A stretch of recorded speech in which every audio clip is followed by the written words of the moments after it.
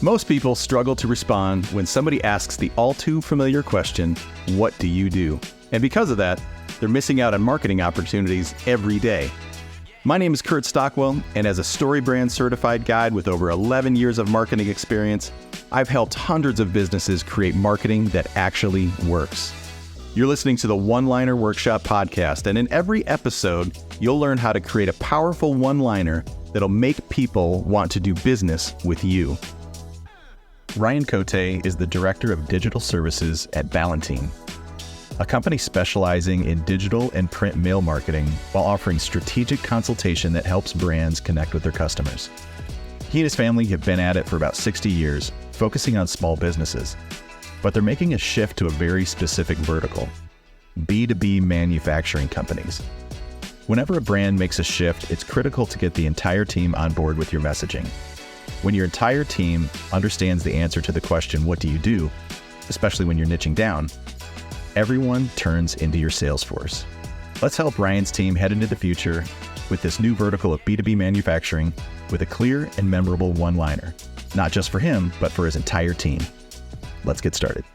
Hey, Ryan, thanks for jumping on the podcast. I know that you've got some fun things to talk about today. We know each other kind of through another avenue of your expertise, but you've been telling me about a family business, and you're doing you're shifting to kind of a new focus with Ballantine. So tell me about Ballantine and kind of this shift that you're taking with the family business. And then let's come up with a fantastic answer to the question, what does Ballantine do to try to get you more opportunities? Yeah, thanks, Kurt. Happy to be here. Yeah, so we have two sides of the business. It's a family business. Me, my two brothers, my uncle, my two cousins, and we have other employees that aren't Cotés. We have direct mail, and then we have digital. And for digital, for the longest time, we've always just worked with, I wouldn't say anyone, but contractors, manufacturers, professional service. And I really wanted to niche down to B2B manufacturing, industrial for a while. And we have a good concentration in that space, like companies that make things for other companies or provide a service for other companies that's like industrial in nature, like CNC machining or something like that. And I can finally get the blessing of my partners to do it. And so now we're in the process, literally as we speak, of niching down to that B2B manufacturing space. Okay, fantastic. What has been, just curious, what's been kind of the hesitancy to shift down to B&B manufacturing? It's two things. I think is there growth potential in that space? But I think there is. And we're not looking to be this gigantic agency. And so it's not like we're a consumer brands agency looking to be, 500 employees. And so we want sustained growth. But I think there is growth in B2B manufacturing, especially when you're talking about advanced manufacturing, like medical manufacturing and things like that, companies like that. Also, I think there's the fear of saying no to opportunities. Yeah. I don't know if we would say no to opportunities. If we get, because we've been around for 57 years, since the mid-60s, if we get referrals to our contacts, as long as it's a good fit for the team, we can still take it. But what I'm saying is the website, the messaging, we're going to create a podcast, all our marketing efforts will be laser focused, like my time focused, be a laser focus on that space. And so I think there's, if you think about like an abundant mindset, I think there's plenty of opportunity out there. And I think niching down, I have experience in this, with niching down, it's as you get more clients, it gets easier to get the next client because you have all the social proof, and we're already there. We probably have like 15 clients in that space. And so it just becomes the snowball that builds, in my experience. Yeah, if you can obviously get a referral network, clients who love you, clients who want to refer you to the same kind of like type of client that they are. And when I say that, we all know that just because you have somebody who you've worked with in one discipline and you work with that same kind of company in another discipline, they're not sometimes even the same type of client. And what the type of client just meaning like you love working with these people. And what's great about referrals is a lot of times they will refer you to similar people as they are. And, we always say that what we do with our services is we help our customers attract the customers they want to serve and keep the customers they love to serve. And I think that this exercise of finding clarity in that first message that they would experience with your brand really does a great job of landing that ideal customer, because you're kind of clearing the fog away from them, so they recognize that you are the type of solution that they're looking for. So let me ask a question around just the discipline that we're working on today, which is a one-liner, or the answer to the question, what do you do, or what does Ballantine do? Currently, what's your biggest struggle when you try to answer that question in a really short, succinct way? I think it's making it compelling, because there's so many agencies out there. And I mean, there are certain differentiators with us, but we've been around since the mid 60s. We do print and digital very well. Our team is good, but it's really coming up with that differentiator, like that irresistible offer. I mean, I have an idea of what it is. I know it's kind of what we're going to be talking about, but I think that's the biggest thing, at least in my head. That's what I'm creating. That's what I'm telling myself. Okay. So let's just jump into that, the differentiator. So we break down a one-liner into 3 sections. It's what is a problem? What's the problem that you solve? And what we want to do is we want to make sure that problem is really clear and easy to understand. Like, anybody listening to you answer the question, what do you do? When you present the problem, anybody can understand what that problem is. They don't necessarily even have to be in B&B manufacturing, because the beauty of a great one-liner is when you can present that to anybody and anybody can understand it, whether you're at a trade show or you're at a backyard barbecue. You never know who they know. And so one of the things that I always really try to do is break it down into an answer that anyone can understand. So that's the problem that we're presenting, and then your unique solution to the problem, and then what is the tangible result that somebody will experience when their solution is fulfilled. So what would you say is currently your differentiator? Is it your approach to the problem? Is it your solution, or is it like the success? Where would you say that lands? I think it's our experience. I mean, we mainly work with small B2B manufacturers. Okay. They don't have a marketing person, or they have one marketing person, and that person can't possibly do everything. So we become an extension of his or her team. And so we have a lot of experience going back to when we started the digital division. And we just have, and it's technical in nature. Creating content can be a challenge. Understanding the different businesses, I find it really fascinating, because once you start getting into the space, you realize how many companies are out there that you never knew existed that make like these little pieces that go into this piece. And yeah, it's really fascinating. It's like opens up your mind to what's out there. So yeah, I would say that's. So it's your experience and your focus on small manufacturing companies or small businesses. So that immediately makes me kind of think that the problem that your ideal customer would have is there's so many people out there saying, we can do your marketing, we can do your marketing, we can do your marketing. And if they don't work with the right type of company that understands the complexities and the uniqueness of a small business, you can kind of get lost in the shuffle. Would you say that that's accurate? Yeah, because like what I said before, sometimes we work with a company that doesn't have a marketing person, so we're dealing with the owner. So we've had to learn, like, how do we make things easy for them to get the information that we need? How do we work independently, because they're not looking to be a marketer. They're hiring us because they want more leads. They want their website to do more for them as like a new business source, but they don't know what to do or where to turn, or what to tell us to do. Like, they just need us to lead them with all of this. One of the things that I've talked often with our potential customers or our customers is, because we do very similar things, but I think a lot of times that type of individual that you describe, whether it's the owner or it's the person that was sitting still in a meeting and the owner pointed to them and say, hey, you're in charge of marketing now, which is the case for a lot of sometimes small businesses. Yeah. How'd you become the marketing director? I was there on a Monday when we had a meeting, and I didn't look like I didn't have anything to do, so now I'm the marketing director. I made eye contact, and I shouldn't have. Yeah, exactly. Right, exactly. I should have been at the bathroom when they were handing out abilities. Anyway, the thing that I think that all of them are looking for is what's the next right decision when it comes to our marketing, right? What's the next right decision when it comes to SEO or a website or a campaign or print or billboards or radio or, ad spend, all of those kind of things. Would you say that that's kind of where you niche into your expertise is guiding them, whether they're the owner or the person that caught eye contact with the owner and got all of a sudden a new job title? Would you say kind of that's your sweet spot? Yeah, I would say so, because it is not an insult to them by any means. They just don't know what to do, or they don't know what they don't know, and so they're starting to look. And I'm just talking about our typical client.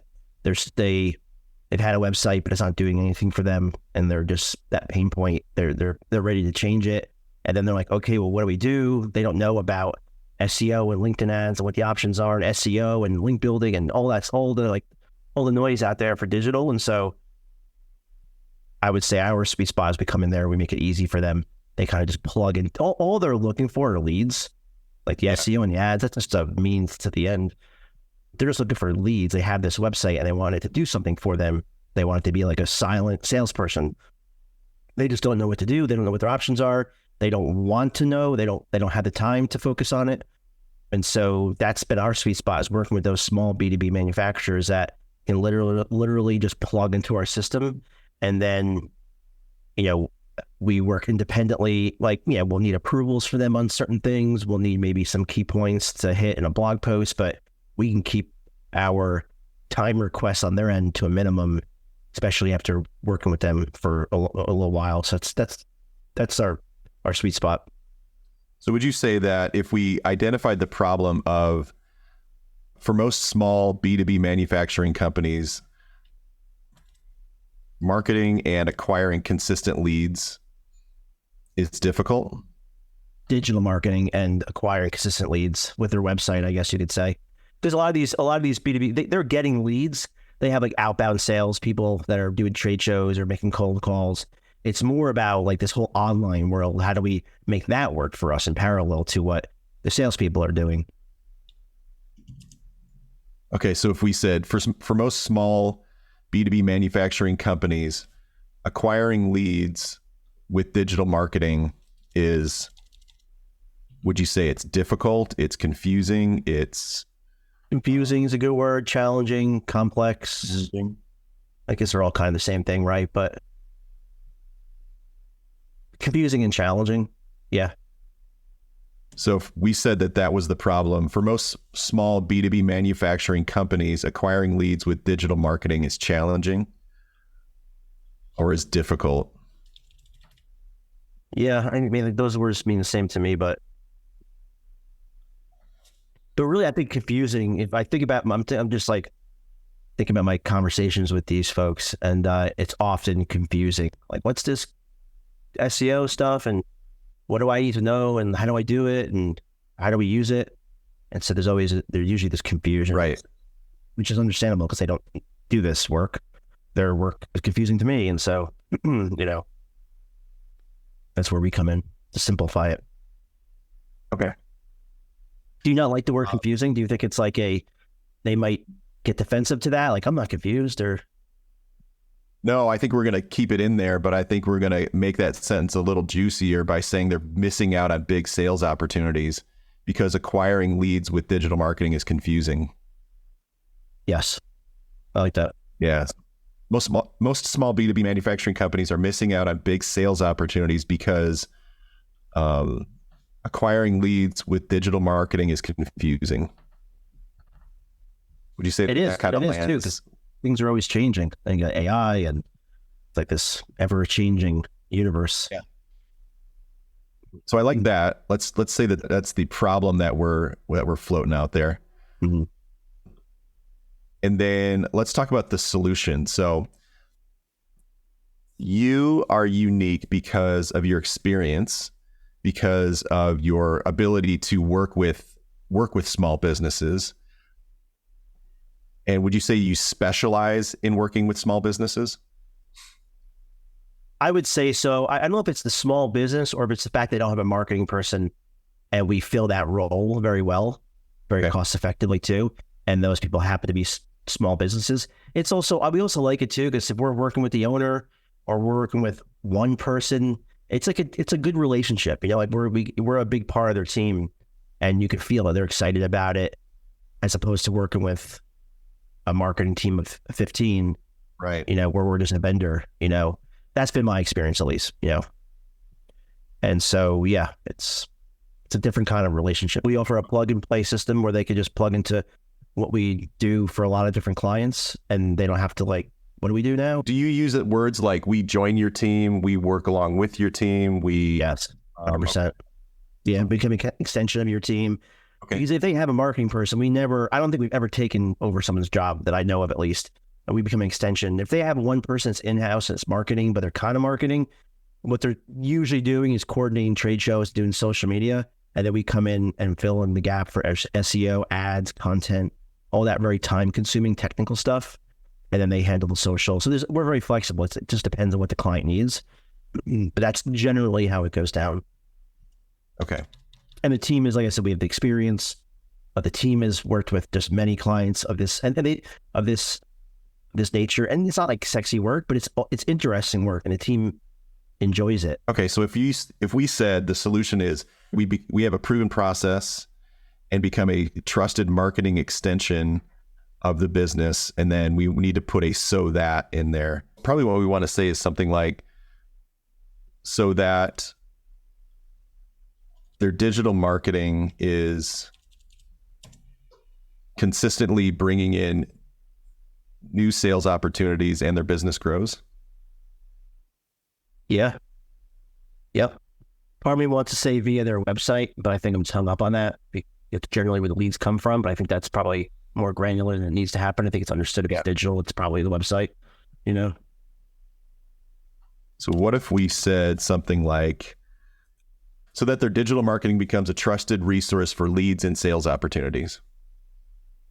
Yes. That sounded good to me. My first impression. Okay. So let me reread that here.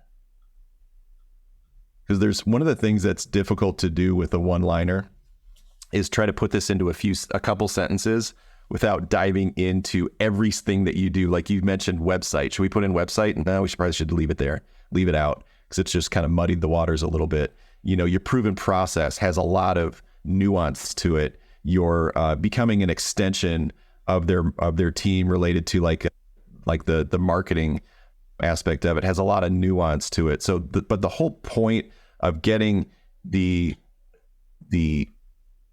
essence of what Ballantine does into a couple sentences is it just brings that individual into the next step of your conversation, whether that's verbal, whether that's on your website, whether that's through, like an ad that you're running, whether that's through a LinkedIn article, whatever. They're seeing the things that kind of resonate with them, and they're wondering, okay, how do they do this then? And then you're right. Into the next conversation. So what if we said it this way? Most small B2B manufacturing companies are missing out on big sales opportunities because acquiring leads with digital marketing is confusing. Using a proven process and becoming a trusted extension of their business, a trusted marketing extension of their business, we transform their digital marketing into a consistent resource for leads and sales. Yeah, I think that's excellent. Okay. Yeah, so it's a little choppy there. Let me see if we can make it a little bit better. Hold on one second here. Let me monkey. Choppy means too long, or doesn't flow? I just want to make sure it flows really well. So let me see if we can tweak it a little bit. All right. I'm going to stick this in the chat. Okay. What you think? Go ahead and read that. I got it. All right. So most small B2B manufacturing companies are missing out on sales opportunities because acquiring leads with digital marketing is confusing. Using a proven process and serving as a reliable extension of their marketing team, we transform their digital marketing into a consistent resource for leads and sales. Yeah, I think that nails it. And I think it's it's what's the word I'm looking for? Like they're gonna understand what we're saying. I think it's attractive. It probably gets their wheels turning, or at least interested to learn more, right? Yeah. And it's accurate to what we do, Yeah. So yeah, excellent. Cool. I like it.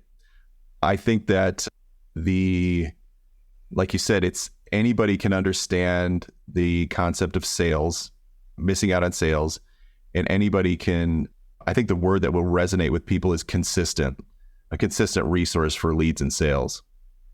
Yes, because when they try to do it themselves, because they don't have the resources in-house, it becomes not consistent. Like proven, because we've done it so many times for clients, reliable. That's a very good description of what we try to be. Yeah, and it's all about leads, and they turn the leads into sales. So it's all very consistent with what we do. Perfect. I love it. Where do you think you'll use it first? On the website, probably the homepage, maybe the about page to figure it out. But yeah, definitely maybe below the main headline of the homepage or something like that. I have to play around with it, but yeah, definitely want to give it exposure. Yeah, that's exactly where you should put that. What you want to do with your website is you want to open with a very simple description of what you do. So you might say like marketing services for small B2B manufacturing companies. I mean, that could be like the title of the website when they open the web, like come to your website and it's living kind of above the fold of the laptop. You could say that specific. And then when somebody scrolls, so maybe you would also kind of list with kind of like a series of bullet points or something, maybe like website SEO, ad spend, kind of list the things that you do right underneath that super simple description. And then the next thing that they see is this statement. And this statement, what that does is it identifies, it kind of sets the stakes, right? So the stakes are, it's confusing, it's inconsistent. Then you can start, that obviously the process and reliable and all of those things, you're hitting that. And then their natural inclination then is to go, wow, I really identify with that. And then you start scrolling down into your services, into about you, all of those kind of things. So it really tees it up for the rest of the website. Put it right up and right the second thing that they see when they scroll down the website. Yeah, I will. Yeah, thanks for doing this. To do it on the fly like this is impressive. So obviously you've done this a lot. Yeah, we've done it a lot. Yeah, and one of the things that I think I mentioned earlier is what's really fun is doing this in a room full of people, getting like all of the decision makers in the same room, or all the people who need to be on the same page in the room, putting it up on a whiteboard and doing it on a whiteboard, and then getting everybody to go, yeah, that's what we do, and that's how we talk about it. Another thing that can be really helpful for your team is once you kind of nuance this into rolling off your tongue, maybe when somebody asks the question, Ryan, what do you do? You'll probably want to nuance this a little bit so it really rolls off your tongue, and you can kind of modify the sentences a little bit with the heart of it still, hitting all the important points. And then once you kind of figure out what that answer is and it feels really comfortable to say it, then share it with your team and tell your team, this is how you answer this question. When somebody asks what you do, because you never know where that next sales opportunity is. And when you can unify your team into this salesforce that has this really simple answer to the question, what do you do? Your opportunities are, expanded. Yeah, you're giving me an idea. Everyone in the team knows we're making this pivot and they seem excited, but I'm trying to like tease them with stuff to get them more excited. So I'll definitely share this with them and say, hey, check this out. I'm trying to it's almost like I'm trying to launch this with them where they get excited, Yeah. Perfect. Well, hey, thanks for your time, man. Appreciate it. And happy birthday tomorrow. Yes. Thank you. Appreciate that. All right. Hey, God bless. We'll see you soon. Take care. Bye. Well, that's all for this episode. Thank you so much for listening. Follow the One-Liner Workshop wherever you listen to podcasts. And remember, businesses that succeed in today's marketplace invest in clarity and reject confusion. A great one-liner is just the first step in creating marketing that works. And if you're ready to take all your marketing to the next level, please visit welldressedwalrus.com and schedule a free consultation with me. If you'd like to learn more about StoryBrand and Donald Miller, the creator of the one-liner, check out the book Building a Story Brand wherever books are sold. I'll see you next time for the next episode of the One-Liner Workshop.